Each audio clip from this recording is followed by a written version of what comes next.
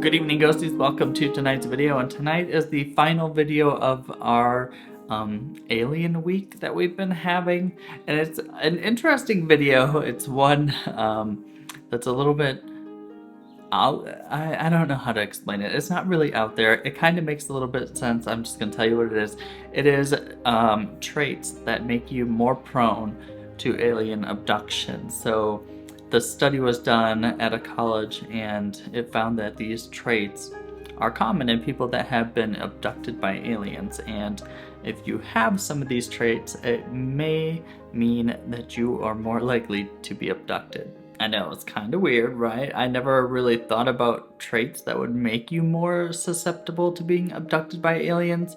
And I guess maybe I don't really want to know what the traits are because I'm kind of a anxious person, a little bit paranoid here and there, and if I know them, I feel like I'm going to think that I meet all the criteria. Do you know what I mean? It's like self-diagnosing yourself on WebMD. So if you ever wondered what makes some people so special, why are they being abducted, or if you've ever been afraid of being abducted and want to know if you are likely to be abducted, this video's for you. So Professor Rich McNally and some of his colleagues over at Harvard University have been studying alien abductee victims for about the past 10 years, and through their studies, they have found that alien abductee victims usually have some core traits that kind of each one of them has, and not saying all of them has all of the traits, but some have some traits and some have others, but these are the most common. Does that make sense? My goodness, sometimes I feel like I just talk in circles and never get to the fucking point. So there are 5 main traits that alien abductee victims usually have, and the first one is that they regularly experience sleep paralysis and hallucinations when awakening. I was held down by these living sort of ribbons that came across me and tightened up around me and bound me down. And then, of course, the aliens filed into the room and levitated me and took me out of the room, and it was a very bizarre experience. So these people experience sleep paralysis on a regular basis. When they wake up, they hear usually a buzzing sound or see a bright light. Sometimes they will feel like they're floating and feel like somebody is in the room with them. So people that have a history of being abducted by aliens also have a long history of having sleep paralysis, which is kind of terrifying because I used to have sleep paralysis when I was younger. Like I would say like in my late teens, early 20s, I would experience sleep paralysis. Now, it wasn't all the time. I think total, I think maybe I've had 10, maybe 15 experiences of sleep paralysis, but they are terrifying. And if you don't know what sleep paralysis is, I have a video on it somewhere, so start looking. I'm just kidding. I'll link it up above so you can see it.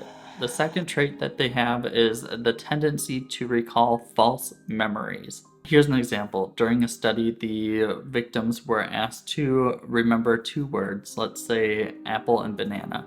And then at the end of the session, they would ask, what were those 2 words I want you to remember? And instead of saying apple and banana, they would say strawberries and grapes or something like that. So what they concluded from the study is that alien abductee victims were more likely to have these false memories than people who didn't claim to be abducted by aliens.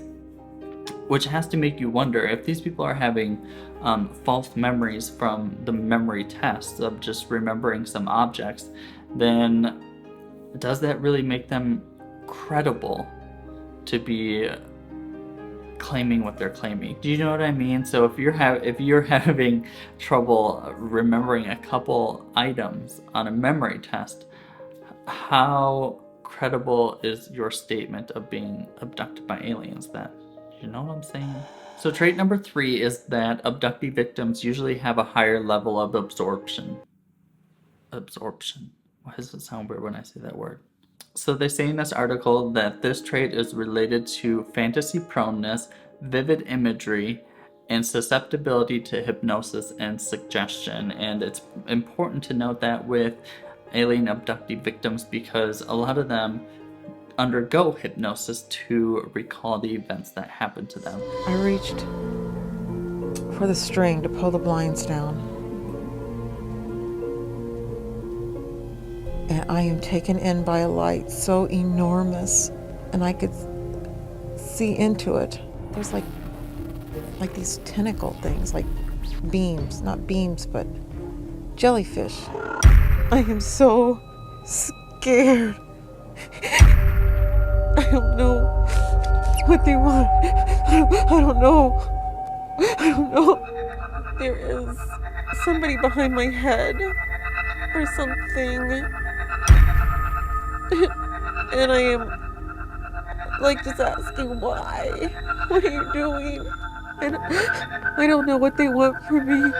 So for some reason, these people that have had experiences are highly susceptible to being hypnotized, which could be another reason why they are chosen for an abduction. Because think about the people that are abducted. A lot of times they are almost in like a trance state. They can't move, they can't speak.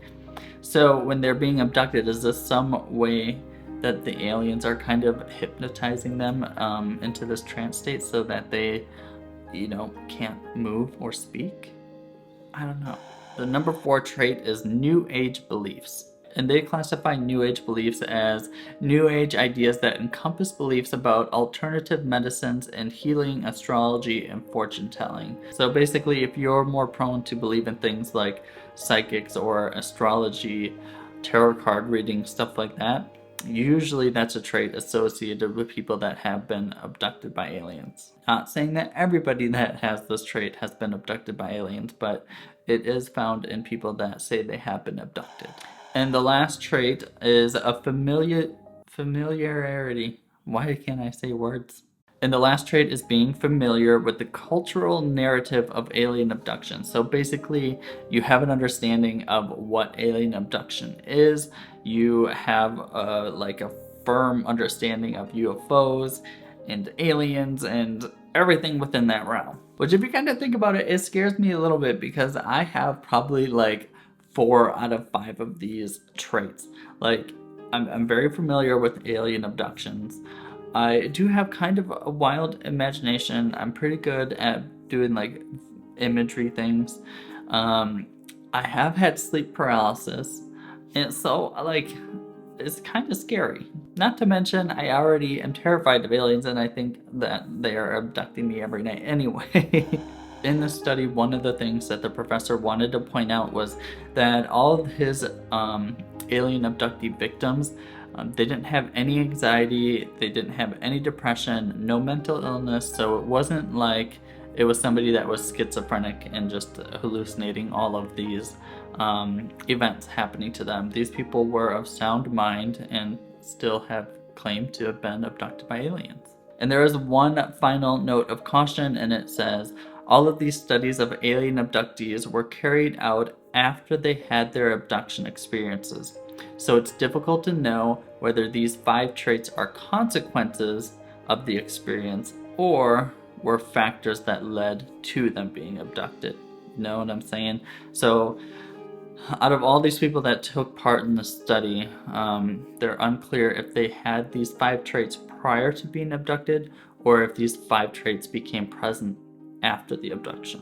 Which I think is a good thing to point out because, you don't want to classify everybody. So like everybody walking down the street, if you have these traits, it doesn't mean that you're being abducted by aliens.